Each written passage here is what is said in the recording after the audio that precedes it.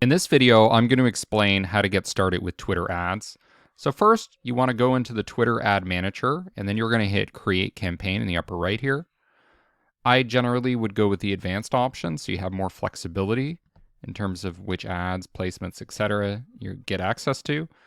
So we can see here that, like most social media advertising, we have three clusters of objectives. We have awareness objectives, consideration objectives, and conversion objectives. Awareness is focused on reach.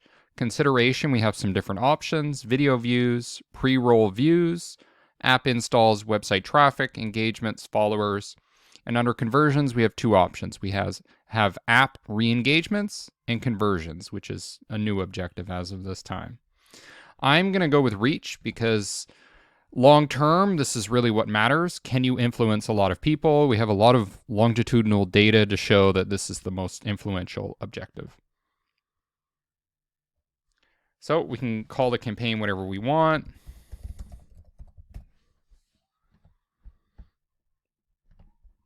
We can see advanced here. We can set a budget for the complete campaign. This is not the daily budget, but it's the complete campaign budget. I'm just going to put in $100 there since we're running a test. Hit next. Ad group name. I'm going to call it ad group test. Daily budget. Generally want to start with something low. Let's say $10.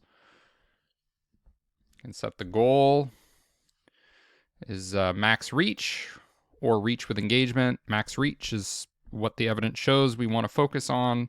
We're getting an estimated audience size on the right here, which will go down as we start to narrow the targeting. We can go with auto bid or target cost. I'm going to go with auto bid. And of course, we're paying by impression, which is generally what we're doing when we're doing awareness plays. We're going to change the frequency cap. So instead of automatically optimizing ad frequency, I'm going to set a cap, and I'm going to say 1 impression for the maximum duration of 30 days. So generally speaking, you want to minimize the frequency and maximize the reach. Particularly true if you're in a large company, but also true in smaller cases. Now pacing, it's generally best to spread out rather than accelerate unless you're marketing something that's seasonal or something like an entertainment product. So I'm going to keep it at standard. You can see there are other options here to consider. We're not going to worry about that right now. I'm going to go after all genders. I'm going to go after all ages. I'm going to change this to English. Locations, let's put in the United States here. You can see that I already had that checked off previously from the earliest campaign.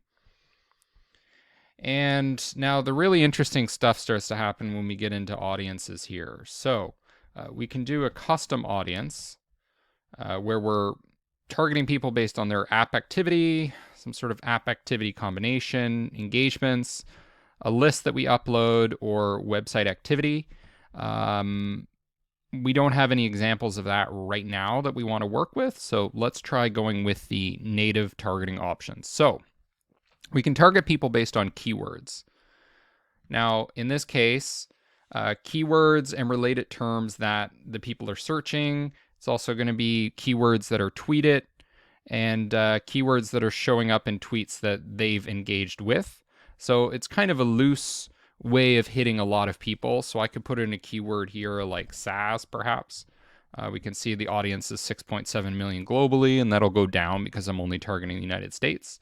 But let's do that. We could also do follower lookalikes. So we could pick an influencer that we want to go after. So let's say Gary Vaynerchuk, and we could say, okay, find people similar to Gary's followers.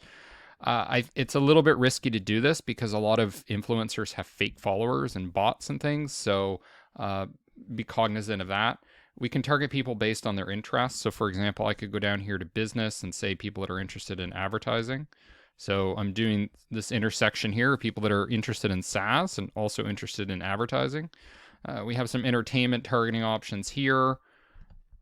Some additional options. Retargeting people who engaged with past tweets that I did. I'm going to leave all of these defaults and hit continue. So the main thing here is I'm targeting SaaS people that are interested in advertising, business advertising. So next, what we've done is moved into the specific ads. So you can see there's the campaign, the ad group, and then the individual ads. So generally with these, I would set website as the destination. Media, I would generally go with either one video or one image. You could also go with the carousel and upload multiple images. Let's just try out an image here. So I have an image for Facebook ads. You can see the preview on the right here. Hit next. And then we could go to launch campaign, but we didn't add any details to the ad, so let's go back and do that. So I could say here something like, welcome to one of the top rated Facebook advertising courses. Learn from a VP of marketing with Fortune 100 experience and a top MBA. So that's the text that's going to show up above the image here. We can put in a headline here, free preview, Decker's top Facebook course. And then we would put in a destination for the landing page. Hit next, launch the campaign. It should be approved within, I would say, within 15 minutes generally. But you probably don't want to put all your eggs in one basket. So what you might do is copy this ad. And you can see one thing I like about Twitter is it instantly copies. Almost no delay at all compared to something like Facebook Ad Manager. And you just go in here and start making changes. So we might decide, okay, well, we're going to go with a video this time, perhaps the exact same text, and we can upload a video, try that out. We could upload a different image. We could do a different title. We could do a different offer. We could try a different landing page. There's lots of things we could test here.